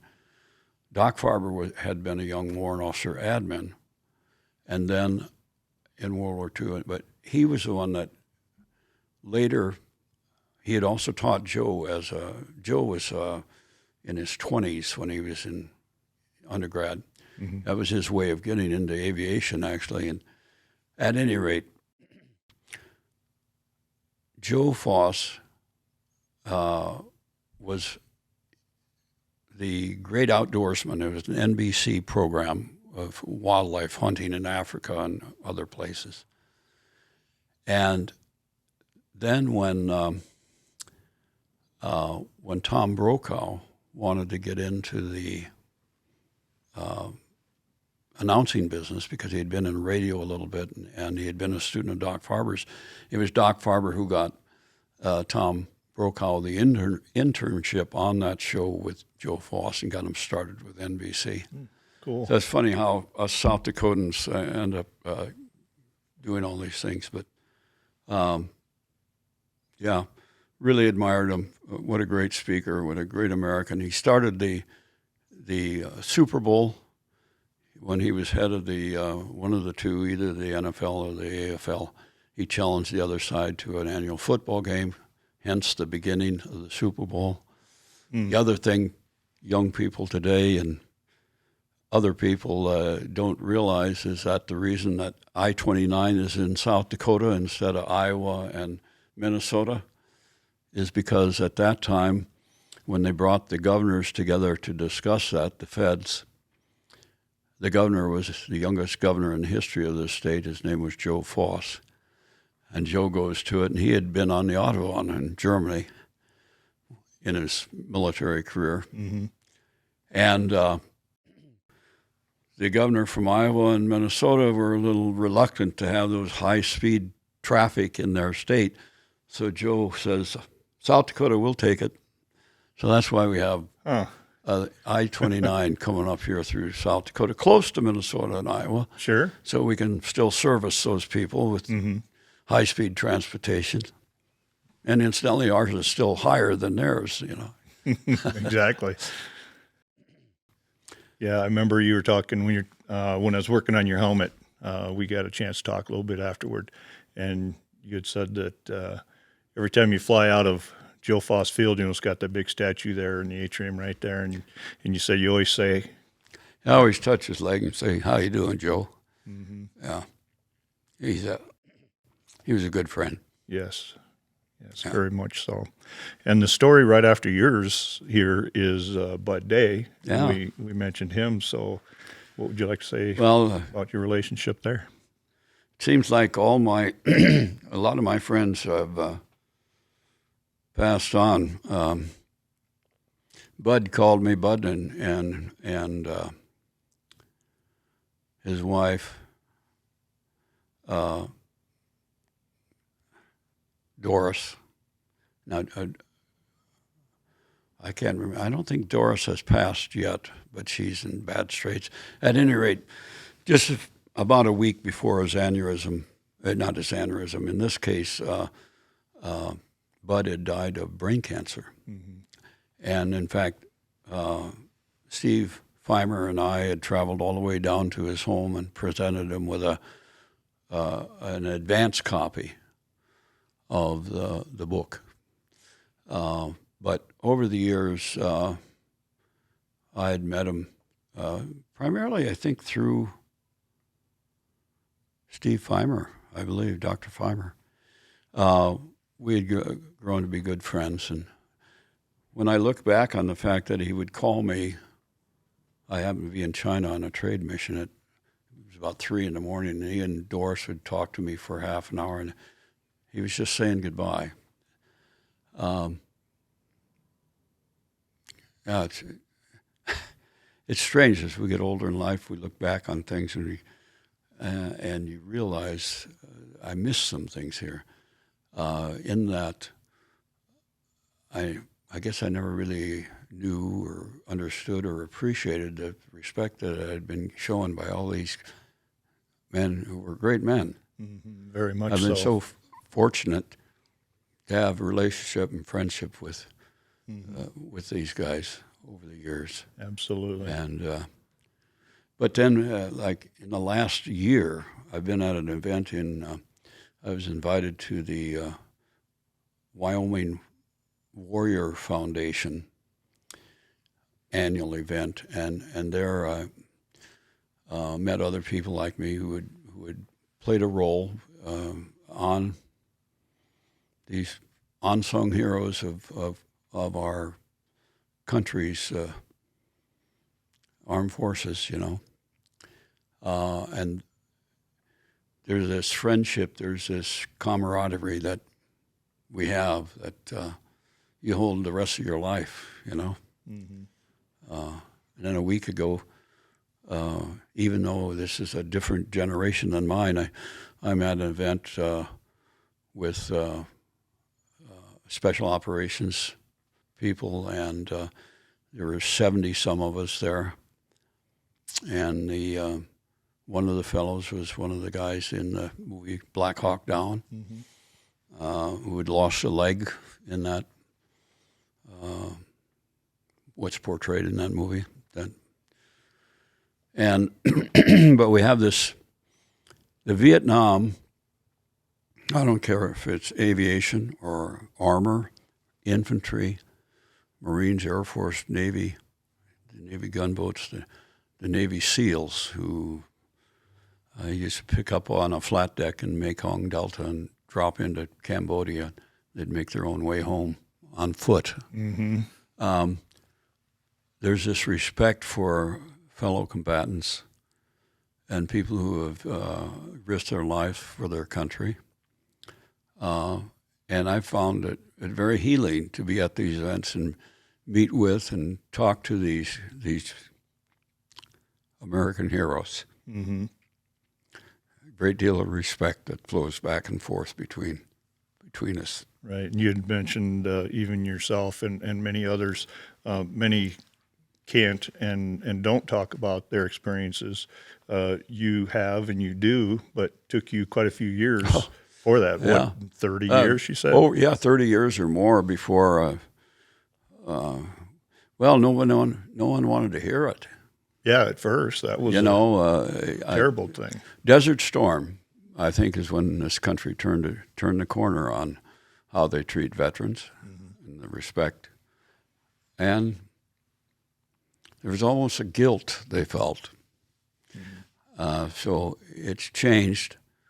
And the interesting thing is that when you talk to other helicopter pilots, the Black Hawk, generations past the Huey, they have a great deal of respect for what we did back then. And the magnitude of it is really not understood. We're losing 1,000 men a month in 67 and 68. Right. That's a lot of casualties for a whole year. That's how the casualties were. But, and hard for me not to talk about some aspects of that, but we should have won that war. We allowed the news media to spin it such that when the Tet Offensive, I'll give you one example, the Tet Offensive, 1968, the enemy had prepared for that offensive for a couple of years. Personally had seen evidence of it, how they had stockpiled weapons and munitions and gearing up for they were going to take the country. Well, not only did they not take the country, their casualties were well over 70,000 men. They didn't take anything that we didn't take back, or most of the time didn't take. But up in I Corps, there was some places they took over for a little while, but they didn't Didn't last long. And we were within a couple weeks of settling with the peace treaty going on in Paris talks, when Walter Cronkite gets up and says, "We can't win this war," and he cites the Tet Offensive. It was then, and this was General Giap and Ho Chi Minh realized that we don't have to sue for peace. We can just hold on. The American public won't support it any longer, because that was a total distortion of what occurred during Tet. We kicked their ass in Tet.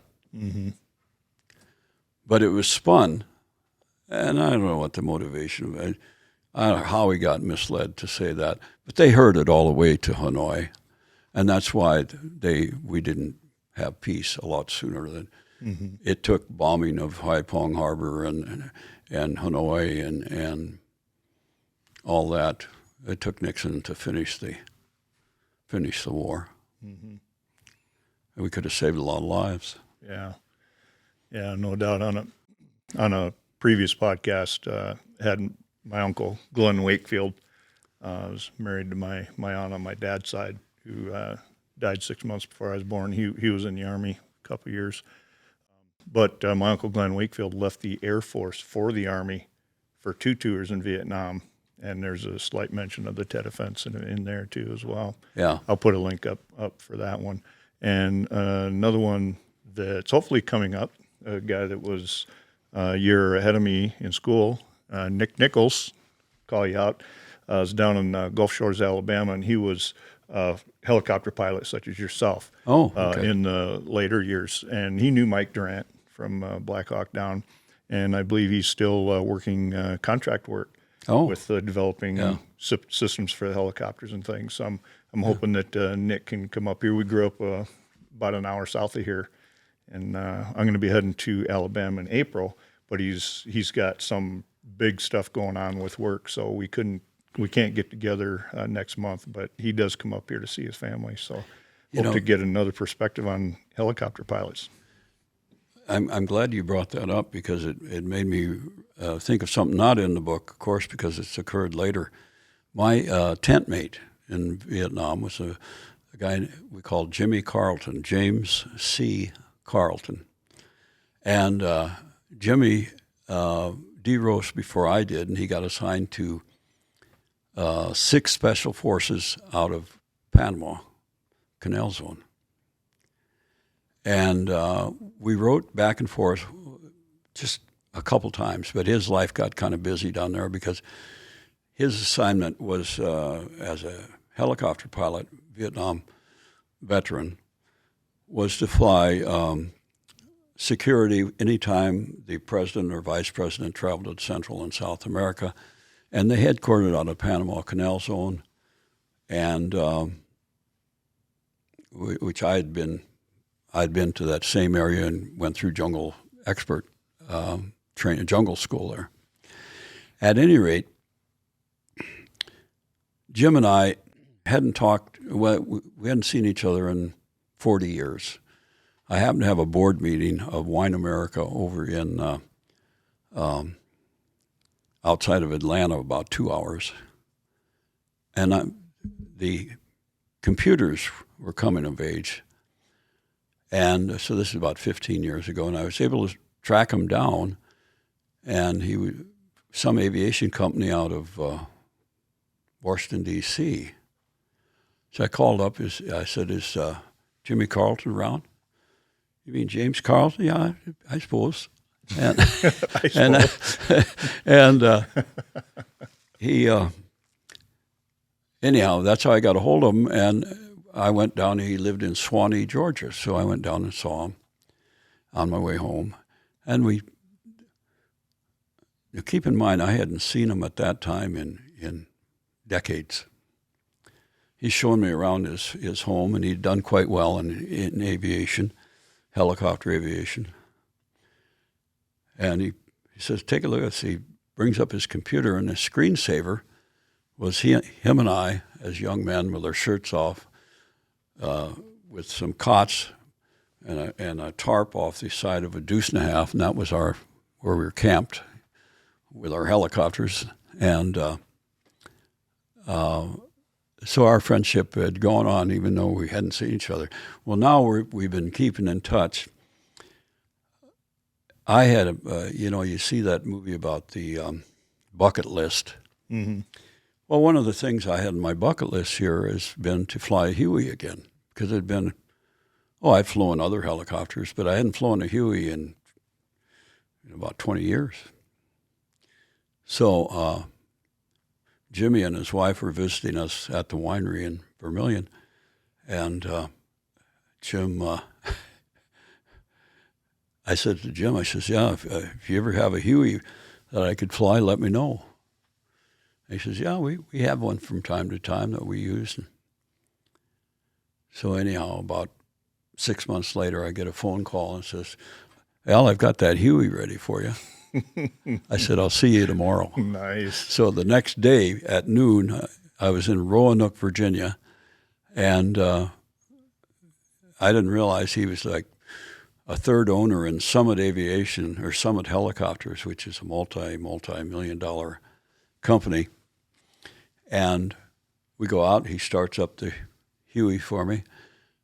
I flew it for nearly an hour, hovered it, set it down, picked it up, did low-level decels, and flew all around the hills there in Virginia, and then brought it back, landed it, and hovered over and parked it, and shut her down. So you don't forget. Mm-hmm. It's just like getting back on the tractor with a 4-row cultivator, Yeah, back to the origins of your skills. Yeah. Yeah. Very cool. You mentioned the winery. So a couple things we haven't touched on yet was your political career and the endeavors that you have, and you have a bottle of something here. Yeah. Well, and it's just water in here, Jim. Yep. Well, there is one aspect of being a helicopter pilot and living through it where 8,000 plus went over and only 2,000 plus came back. You feel, for a long time, you feel guilty, mm-hmm. because all those guys that didn't come back, you knew a lot of them. They were your friends and buddies, and but you finally kind of get over it, I guess. But it seemed like a lot of warrant officers become doctors, dentists, pilots, continued in aviation, public aviation, lawyers. I ended up being a lawyer, and but it's never enough. I've owned businesses. I've been the GM of the Rosebud Casino, GM of the Fort Randall Casino, Nice. Taught at Arizona State University, Colorado University, Marquette University, University of Wisconsin-Milwaukee, and retired from the University of South Dakota, where I parallel processed aviation through that life experiences in addition. But you'll find that with warrant officers, aviation warrant officers have led busy lives generally. Those who have not, some of them have succumbed to extreme PTSD and had a lot of problems. But it seemed like most of them, even though I've had friends who were alcoholics for a long time, and I have to admit I drank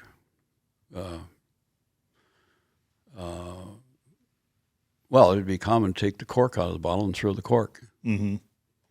And when you're drinking whiskey, it's a pretty big bottle of medicine. Yep. But I overcame that, and many of my colleagues did also. But one of the things that I've done, I created the first winery in the state called Valiant Vineyards. But then as the wine industry seemed to be winding down, it's hard to raise grapes in this environment. You never know when it's going to freeze or when it's going to thaw and then freeze again, and so grape production's difficult. Whereas, I'd sold corn by the bushel for all our lives. I've grown up on that farm. My dad's been a farmer, Turner County, for all his life. Died at 97. I now sell this corn by the bottle. That's the best way to get your money out of that cornfield. Just you're only limited by how much you can make, and if it's good enough quality that people want to drink it. We've had it. My son has grown up in the industry and in the winery, and he and I have been pioneering the distillation of our grains here in South Dakota, and we've met with some pretty good success. Clay Turner Bourbon. So is that a separate facility from the winery? Yeah, we have a separate building for the main part of the distillery, but we also utilize the fermentation parts in the winery itself because we have a 7-acre facility in Vermilion, and on it we have about 17,000 square feet of a building, which includes specialty resort on the top floor, restaurant license on the first floor, and gift shop and event center kind of.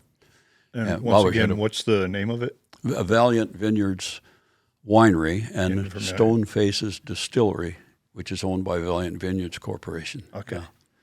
Yeah. And it's called Clay Turner Bourbon because we raise the grains in Turner County and we distill it in clay. And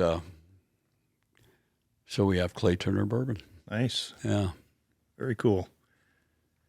And how long were you in politics? You were state senator? I was 2 years in. I was a freshman in the House with Christie Nome.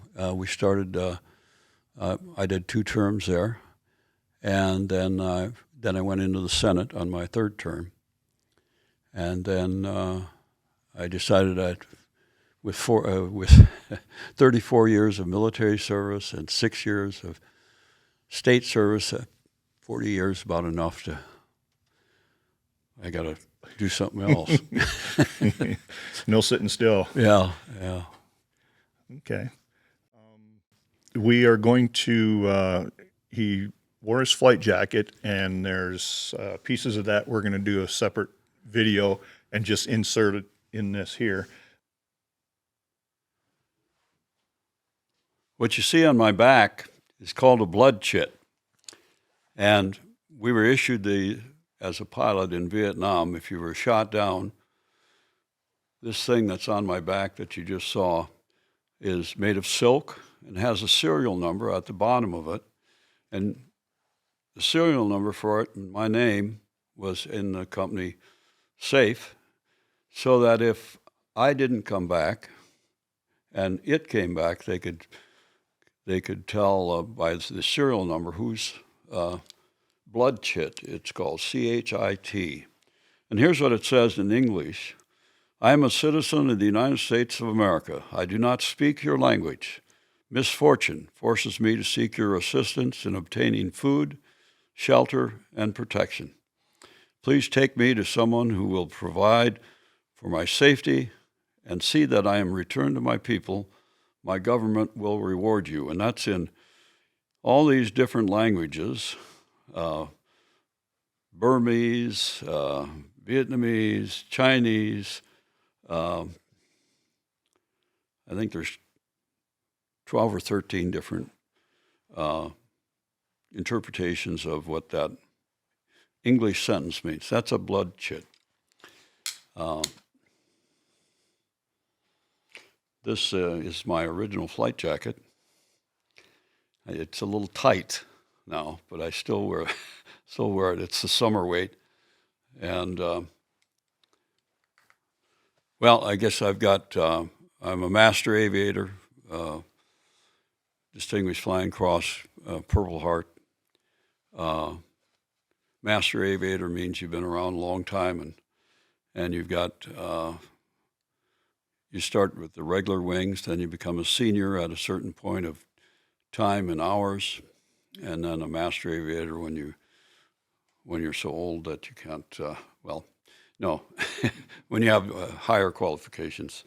At any rate, the jungle expert, I think, is on this side, was a course in Panama with 6 special forces. You had to score over 900 points out of 1,000 to wear the jungle expert patch. And in fact, someone informed me recently that they don't even wear this patch anymore for some reason. Maybe we've closed Fort Gulick, which was for jungle warfare. It's a handy thing to have gone through for service in Vietnam. Anyhow, this is a Top Tiger. This is the unit I did in-country training with in Vietnam. And this is, I was Kingsman 3-1 when I wore this hat. Bandit 9 November when I was with the 11th Cav. And over the years, a lot of different units, but those are my 2 combat units that I can wear the patch on my right shoulder for. Just say I wear the 11th Cav on this side. At any rate, that's about it. And so is there anything else as far as what we've missed? But then we'll just I don't know. I close could it out. sit here for days, I think. But, Maybe I have to come back again. Well, yeah. Well, thank you. I really appreciate your time and energy and bringing a focus on what the Vietnam veteran was like, the men and a few women even. Nowadays, there's a lot of women in the armed forces, but in those days, it was the nurse corps. And a couple of interesting ones. I had the occasion, Martha Ray, and nobody, unless they're my age or older, knows who that was. She was a comedian who also was a reserve lieutenant colonel, and she would come over. She's a big star. Martha Ray was quite a movie and movie star and comedian. She would spend her time with the special forces. She would go out into the A camps, where there are just 10, 12 men out in the jungle on special missions, and she'd be out there in her uniform with them. Wow. Yeah, she was something. I had the great fortune of flying her one day. Most of the unit had been gone. In rotation, I had a day off, and somebody came from headquarters and said, could you take Martha Ray down to Mito? And, okay. sure. Yeah, I'll do that. Sign me up. And I said, what's the deal? And she said, well, she needs to go down there and visit a couple of young lieutenants who have been injured and they're in the hospital down there, and she'd like to go visit them. And at that time, I didn't even understand the background that she had so I said, well, okay, I'll get an aircraft. The only thing I had to fly that day was a Thumper, which is the Charlie model with a 40 millimeter grenade launcher in the nose cone, which throws the CG off. It's a mess to fly, and at any rate, I was the only thing flyable that didn't have maintenance due, and so I said, I can get her down there. She comes with 2 warrant officers. They're both armed with machine guns that I'd never seen before. They were from another era, I think. Mm-hmm. And Martha Ray. And so I get them strapped in there, and of course I had, I think I only had 1 crew chief that day too. Should have had 2, but I believe I only had 1. We fly him down there, and she signs my notebook, and I made a mistake of landing on the medevac pad. Well, I didn't normally fly. At that time, I was flying slicks. I was usually flying the H model Huey, which you can just pick up. You could do a vertical takeoff, you know. So I land in what ended up being kind of a confined area in that you had the hospital here, and they had wood, and it made a wooden structure, and so that wasn't blowing around. But then when I landed, then I looked up and I saw in front of me there were the electric wires that they had put on some relatively not tall poles, but you know they were still a barrier. Mm-hmm. Couldn't go under them, and so I was going to have to go over them. Well, I didn't think a whole lot of it, but then they came and refueled me because the flight was like a 2-hour flight from Long Binh down to Mito. And so when I took off, all that extra weight, and then I got it light on the skids, and I had to get it to translation before I could get any airspeed up. So instead of the normal RPM, I didn't overspeed it, but I did add a little bit to it, so I had some more RPM taken off. And I was at a point where I was going to, let's say these are the wires. Mm-hmm. So I'm still down here, and I did what's called a cyclic climb. Now, a cyclic climb is usually where you trade airspeed, which is very fast, for altitude, okay? Well, going slow, you don't get much of a trade-off. Right. You're coming up like this, and I just got enough of a lift that I got my skids on the wires, on top of them. And then I tipped it over, but of course, as I tipped it over, then I broke the I didn't feel any electricity, but I wasn't grounded. I was like a bird landing on the wires. So you just tipped forward and slid off of those and then continued on. I broke down the wire. Oh, my word. Yeah, so I close to wiping out Martha Ray and her two. Were they aware of? I don't think so. Right I don't think they even realized that we'd just broken the electric wires. And well, it's a good thing. Just keep that all to yourself. Yeah. When you're in that well, situation. Maybe we have to edit that out. I'm not sure. No, I mean as far as your passengers don't need to know. No, you're calm, cool, and collected. Just handle it. Yeah. Wow. Were you wearing that helmet at the time? Yep, that's the one. How many years, or how? I mean, did you wear that particular helmet through the entire year? The entire year, and this one dates back to Selfridge Air Force Base when we were in the Detroit riots. While we were bivouacked there, the Air Force had run out of ball ammo for their 45s, 1911s, I suppose. And so I had an extra duty in supply, in addition to being an aviation pilot. So I said, well, what do you have to trade? And so this supply guy shows me this beautiful visor, and it's very rare in that this has one atom of gold on top of a regular green visor, and you can look at, like when we had the eclipse, I was able to wear this and look at the eclipse. Wow. It's for dropping the atomic bomb. Mm-hmm. And so he showed that to me, and that's like showing that's showing candy to a kid, you know. Mm-hmm. Anyhow, I thought, boy, that looked great.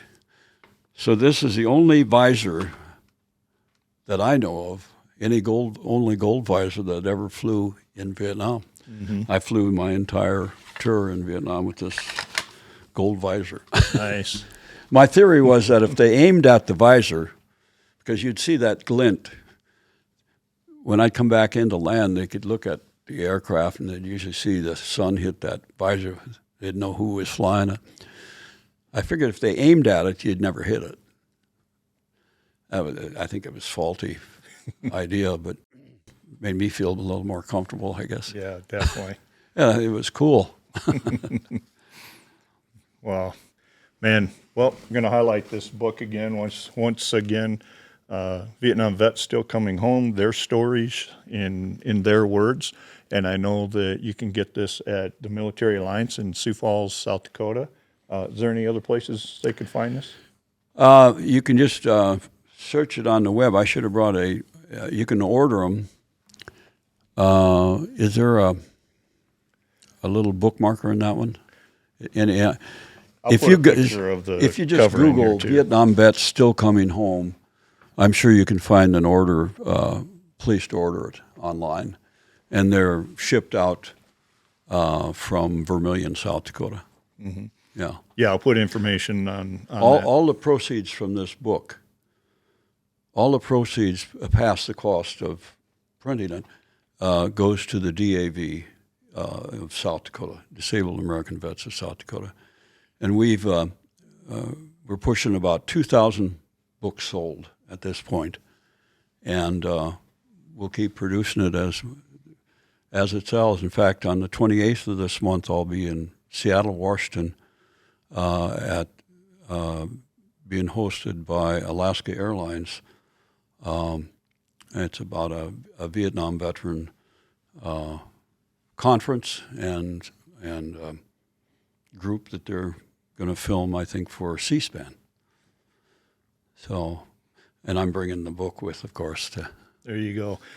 And thank you for signing this book, and thank you for giving this to me. It'll be treasured for the rest of my life, and I'm going to keep reading. Well, thank you. And I like to soak them in slowly, each story. Everybody, I don't care if it was the clerk typist, the Radar Rileys of the Army, to the Army nurse, to the Marines, to the tunnel rats, to the whatever. Mm-hmm. They're all in that book. There's a couple of my commanders at the time where I took this book over to them, and they didn't, we just showed them the 2 or 3 highlight stories, the people that I know in this book, and I'm hoping to meet more of them. Yeah. So, well. 5 of them 5 or 6 have already passed since the writing of the book. Right. It's of that age, Mm-hmm. Well, like I said, your interview was 14 years ago. Yeah. Was that long ago? Yeah, it's August of 2010. That's just, I don't know, daylight savings time, whatever, but I'd like to slow down. Life passes too fast. It really does. So, thanks again. We're going to film the portion of the flight jacket now, but you will have already seen it because I'm going to insert it prior to this. But thank you so much for taking the time. You are a very busy man, and it's not cliche at all, but thank you so much for your service. Oh, you're You've welcome. added so much to this country. Thank you. All right. Thank you, Jim. We'll see ya. Take care, and thanks for watching.